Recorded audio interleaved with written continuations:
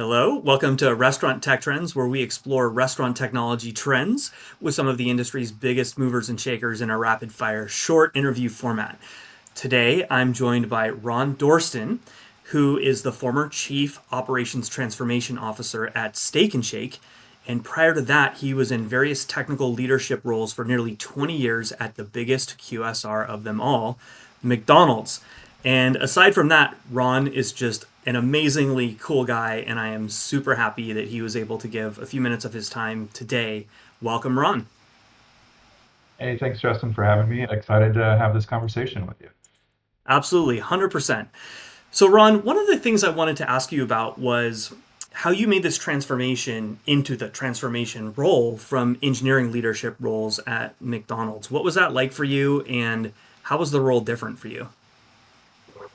I think in the day, whether it's McDonald's or Steak and Shake or really almost any restaurant chain, the problems are very similar. Hmm. You're trying to solve. You have ever-growing competition, tightening labor markets, and external factors that show up, whether it's COVID, tariffs, or new competition coming into the marketplace. So you've got to be kind of adaptive in what you're looking at. And then customers, they're becoming more demanding. They kind of want things where they want them, when they want them, and how they want them. So those problems don't really change no matter what chain you're working for. For me, it's always about how do you just focus on the restaurant and solving the restaurant problems, and then taking it from there and putting it through some similar filters of, is the solution that we're looking for to solve that problem, is it going to be a technical solution? Can you actually technically do it? Is it feasible to do? And then can you afford it? Is it something that will fit within that particular chain's financial model? McDonald's and Steak and Shake, it's a little bit different model there in terms of Right. overall store volume and stuff, so they can afford different things. And then at the end of the day, can you scale it? Is this something that's going to work for one store? Is it going to work for all the stores or a subset of the stores? I used to think about things in those terms, so the transition honestly wasn't that hard. The biggest thing that was difficult for me was going from a place where you had a lot of resources to someone that has to wear multiple hats and be a little bit more entrepreneurial in the way that you approach things. So you got to be a little more creative. You got to be a little bit more hustle to it, and you can't go, oh, I need to go get someone from operations, or I just like sometimes you were operations in IT. So you had to kind of think about problems in a little bit different way, in a little bit broader way. So that was probably the biggest transition. And I think actually learning about the business in a broader sense, not just a very technical sense or strictly operations, but really looking at it from a financial standpoint and the business aspects of it as well, was probably the other thing that's probably the hardest transition. Well, I know in both chains you were involved in projects that involved scaling out technology. And so I'm really curious to learn what are some of the programs that you either spearheaded or that you were involved in that you're especially proud of at McDonald's and or Steak and Shake. Yeah, so I would say probably two. So at McDonald's over 20 years ago, being part of the first automated restaurant, so we were really on the bleeding edge of automation. We were on the bleeding edge of some technology like Mm. kiosks, implementing those. We were able to have customers come in and input their own orders, and then from there actually cooking the hamburgers, cooking the French fries, cooking the chicken nuggets all automatically, and having them all kind of finished, and then just assembling the products for the crew. I'm doing that, over 20 years, I guess 22 or 23 years ago now. That was really cool. Now, it never scaled, but the learnings that came out of it were really great. So I kind of looked at it as like a moonshot, and we got Tang out of it. So we got things like a frozen fry dispenser that improved the yields of the French fries out of it. Oh, It cool. also made it easier for the crew to operate. We learned things around cooking of beef that led to technology in two-sided clamp cooking that gave us multiple gap grills. So we found out that by releasing pressure, we could actually get a better, more juicy hamburger out of it. So we learned a lot of things from taking that moonshot and bringing it back in, and then scaling other things that were actually probably more cost effective for the restaurant. And then learning about in automation what works and doesn't work. So we learned a lot about that because automation comes up over and over again, and it's big right now. And then at Steak and Shake, really delving into AI and the capability of AI and the different use cases for it.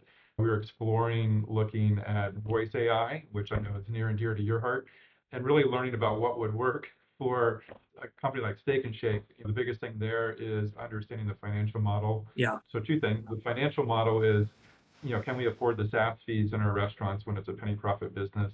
And then the other thing is, does it match with our brand in terms of the type of experience we want our guests to have. We want to have that kind of authentic personal connection. And how do we make that happen with something like voice AI? So that was a new technology for me, so I had to go learn a lot about it. So thanks to Justin and some of the education he's provided me along the way. So those are kind of the two cool things I'd say. Yeah, those are awesome. And working on those things are things you can always kind of look back and be proud of. So, two quick comments.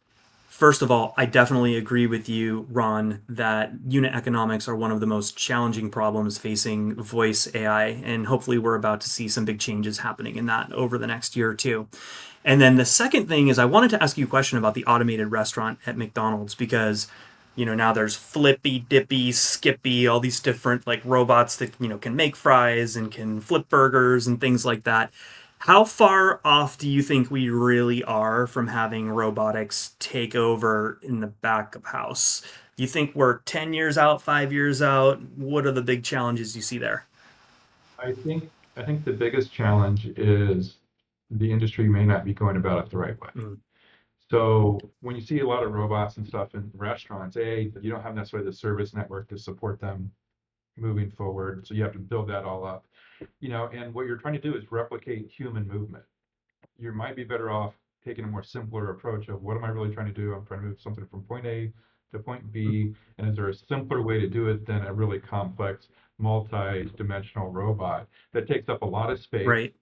So look at White Castle, for example.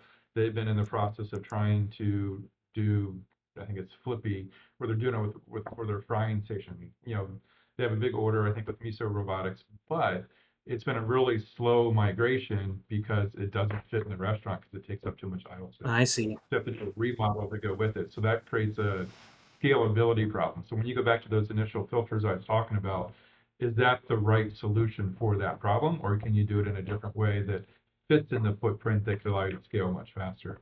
And that's what I think the industry should be thinking about and looking at.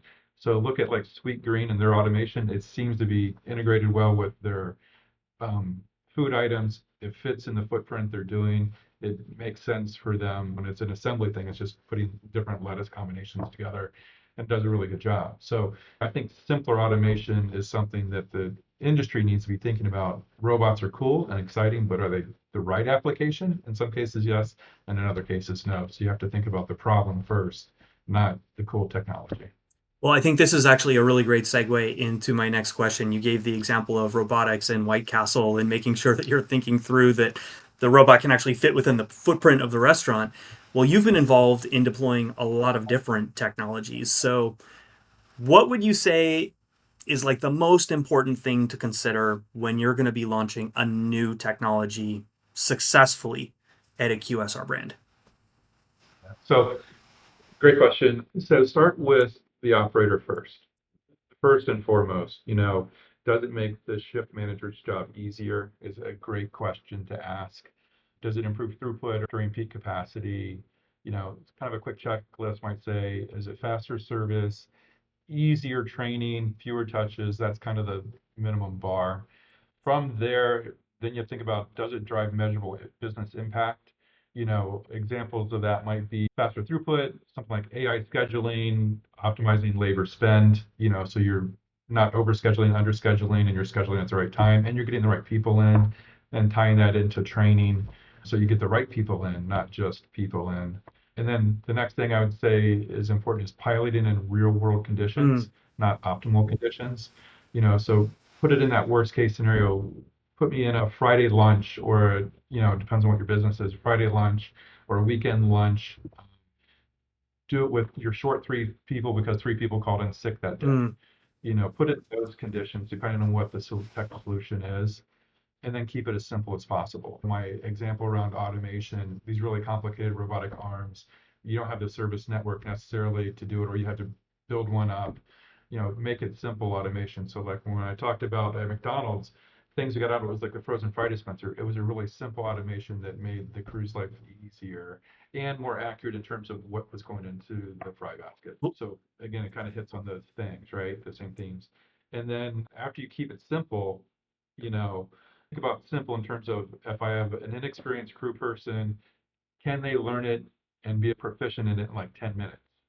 They've never been trained on it before. So think about if you have a teenage kid, could they go in there and do this in 15 minutes with minimal training? Yeah.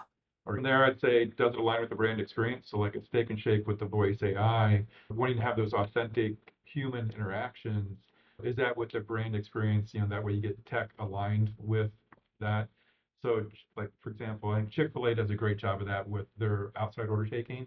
It feels like it's truly authentic to them with their guest experience that they're trying to provide with those connections with their crew people. That's a good way of saying tech and the brand is well aligned, and then layer in more value later. Chick-fil-A would say, my pleasure. Well, exactly, exactly. Well, just one more question for you, Ron. Those are great words of wisdom, by the way. I love that. It was a super comprehensive answer. And it just goes to show it's not incredibly simple, but it sounds like you've developed a playbook, you've seen this happen, and you know how to launch successfully. Now, as you look out across the industry, what are some of the technologies that you're the most excited about? Where do you think the QSR of the future, 5 years from now, is going to be substantially improved through the use of technology? Yeah, so probably three areas that I'm kind of trying to keep an eye on. Embrace artificial intelligence. So there's voice AI, there's camera combined with AI. There's a lot of computing power. There's things where I can take inventory with my camera just by using a handheld and go back. It can count everything for me and tie it into my ordering process. So I think, how do you use AI and its computing power to help you get more efficient with your indirect labor activities, get a better experience for the guest in direct labor activities? So voice AI, if you make a really good communication system, you can get to the guests faster. They don't have to wait to be responded to, especially in situations where there's low labor, where they're doing multiple things. It frees them up from doing those things. So that's probably the first one, is how do we embrace AI and use it and do the right use cases to solve the right business challenges. Next, I would say digital ordering and delivery. Again, is people are getting more comfortable with things like phones and personal devices, and they want more convenience. They want it to be seamless. They want it on their terms. So how do you tie that together and then connect that into the restaurant so that it makes it more efficient and seamless for the customer and easier for the crew? And then also getting smarter so you can be more personalized in your approach. So it knows that I like these three orders and it asks me, do you want those three orders? So I don't have to search through a big menu, again, making it easier for me. And then automation robotics, but I think it's about how do you make it simple and easy and intuitive. Labor's getting more and more challenging. So how do you make it more cost effective? How do you get more out of your labor? Or what are the things that you can do to not necessarily get rid of labor, but repurpose the labor to be on those things that are really important to your business, which is customer facing things? And how do you make it so that it's easy for them to do and maintain and provide great service? So those are the three, I think, big macro trends that I'm kind of keeping an eye on and looking at, saying, how do we get better at those things and how fast are they coming?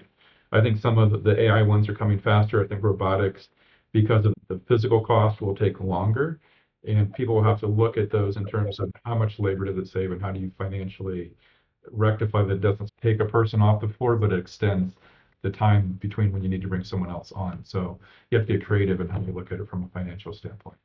Well, Ron, it's always a pleasure speaking with you. You are one of the smartest people I know in this entire industry. And more than Thanks. that, you're just a great guy. And I'm really looking forward to seeing what comes next for you. And thank you for sharing a few minutes of your time today.